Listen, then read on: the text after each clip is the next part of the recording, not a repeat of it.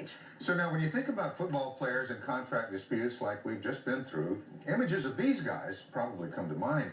But the pros aren't the only ones who can get locked out. A 10-year-old boy and his parents have been battling a local youth league over his right to leave one team and play for another. Football can get a little ugly sometimes, and so did this dispute. Sports director Randy McElvoy here now with a story. I guess it just keeps on changing. Yes, it does, especially the last 24 hours or so. Just a crazy story. In fact, this morning, the family showed us an email sent to them. Part of it read, the Sienna Stallions Board of Directors will grant their son an unconditional release if the proposed Channel 2 news report is not aired.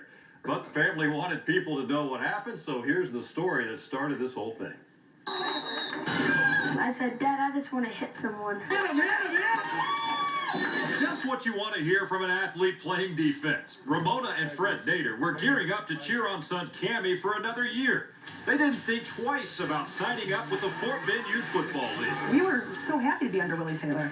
Yeah. We really liked him. We liked the way that he coached our son on the line. It was only after signing a contract to play for the Sienna Stallions, they say they learned the bad news.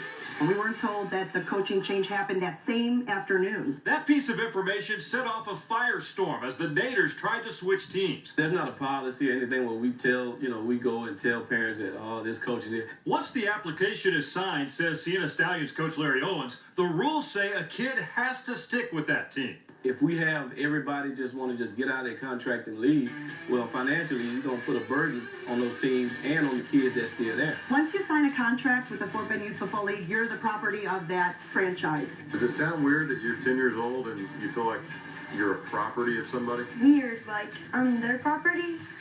Well, because my initials are on a paper, I'm their property now.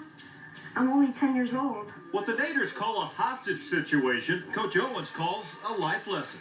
If you decide to do something and you sign up for something, you need to follow it through. It's not like I'm like Drew Brees trying to get drafted to a new team. It wasn't about the kids. It was more about the organization itself, the franchise and the politics of it. And it's just these kinds of